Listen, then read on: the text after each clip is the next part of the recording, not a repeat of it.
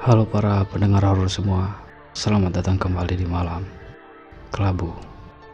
Jadi pada kali ini saya akan menceritakan tentang kisah yang berjudul Ritual Pesugihan Hotel. Dan kisah ini saya dapatkan dari beberapa aplikasi. Baiklah, tanpa berlama-lama lagi, mari kita simak dan dengarkan cerita ini.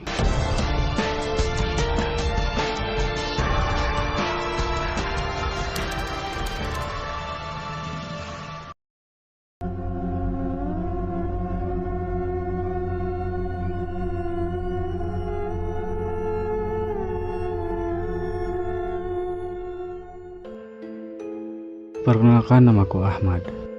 Seminggu yang lalu, aku telah di-PHK oleh bosku dari perusahaan es krim tempatku bekerja selama 5 tahun lamanya. Keputusan itu hanya bisa kuterima dengan lapang dada, lantaran perusahaan terus-menerus mengalami kerugian akibat pandemi COVID-19. Selama seminggu itu pula, aku menganggur dan tak punya penghasilan. Meski ada sedikit tabungan, namun istriku tak mau aku diam saja. Akhirnya aku menelpon temanku satu persatu untuk menanyakan lowongan di tempat mereka bekerja. "Sini Mad, ikut sama aku. Kerjanya enak dan gajinya lumayan gede," temanku Yanto menyarankan. Untung saja aku bertemu Yanto. Dia adalah salah satu temanku saat masih SMP. Meski hanya menjadi pelayan hotel, namun aku bersyukur masih ada tempat untukku bekerja. Terlebih saat dia mengatakan kalau gajinya lumayan. Lagi pula jadi pelayan tak butuh berpikir keras, seperti pekerjaanku sebelumnya.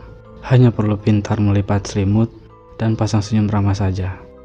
Tanpa pikir panjang, aku langsung menerima tawaran tersebut. Keesokan harinya aku langsung masuk kerja bersama dengan Yanto. Ia memberitahu tugas-tugas yang harus aku kerjakan selama aku bekerja di sini. Sesi pembelajaran pun selesai. Kami kemudian menuju dapur untuk istirahat. Saat melewati kamar bertuliskan nomor 313, Yanto menghentikan langkahku.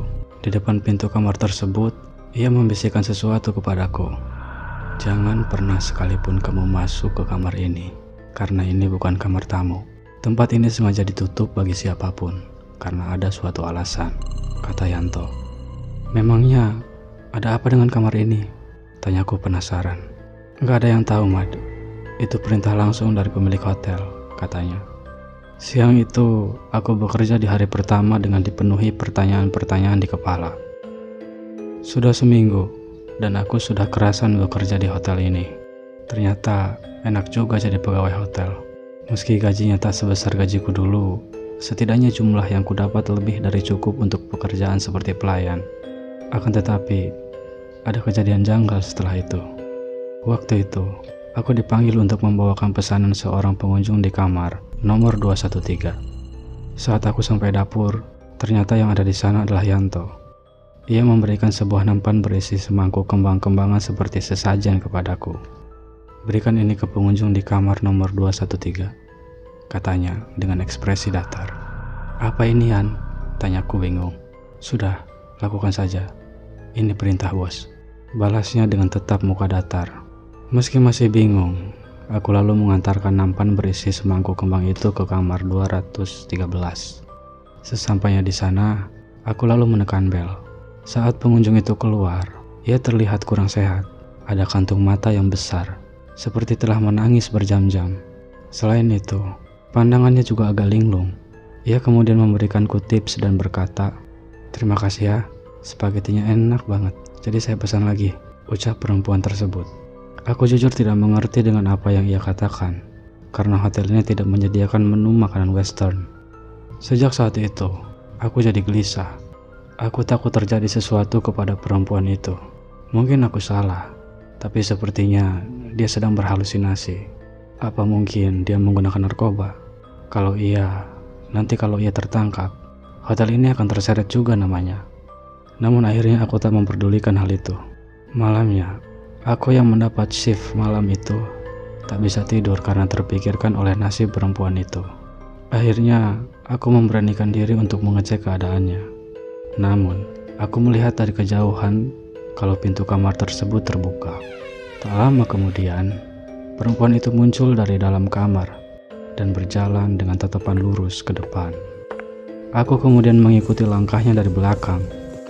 Alih-alih memakai lift, perempuan itu justru memilih tangga darurat untuk menuju ke atas. Perempuan itu terus berjalan sampai berhenti di depan pintu kamar 313. Aku langsung teringat kata-kata Yanto tentang kamar itu. Kemudian, aku berlari menuju perempuan itu untuk menghentikan langkahnya. Namun terlambat, perempuan itu sudah masuk dalam kamar yang sepertinya tidak dikunci. Ya, aku juga heran dengan hal itu. Aku akhirnya terpaksa masuk ke kamar untuk menyelamatkan perempuan itu. Sampai di dalam, aku diinterupsi oleh suatu hal yang menyilaukan mata. Sebuah lukisan Nyai Roro Kidul menyambutku. Lukisan itu digambar dengan indah hingga tampak berkilauan di ruangan itu. Semakin lama, aku terbuai oleh keindahan lukisan tersebut. Hingga tak sadar, perempuan yang kuikuti tadi sudah melompat dari jendela kamar. Aku bergegas menemui Yanto karena kejadian tersebut. Setelah aku menceritakan kronologinya, aku menyarankan untuk memanggil polisi saja. "Tidak usah," katanya sambil menghela nafas. "Yan, ada yang bunuh diri di hotel ini," kataku sedikit berteriak. "Itu semua hal biasa, Mad," balasnya. Kemudian, Yanto menceritakan semua kebenaran yang ada di hotel ini, bahwa kejadian yang kusaksikan barusan adalah ritual yang selalu dilakukan pemilik hotel untuk mencari tumbal bagi pesugihan yang dijalaninya. Dan seringnya, tumbal yang dipilih adalah tamu hotel itu sendiri. Hal ini benar-benar tak masuk akal bagiku. Terlebih, saat Yanto mengatakan semua karyawan hotel ini telah setuju untuk membantu merahasiakan, bahkan membantu melaksanakan ritual tersebut. Situasi ini benar-benar di luar kepalaku. Dan sejak saat itu, aku memutuskan berhenti bekerja di hotel tersebut. Tamat. Sekian dan terima kasih.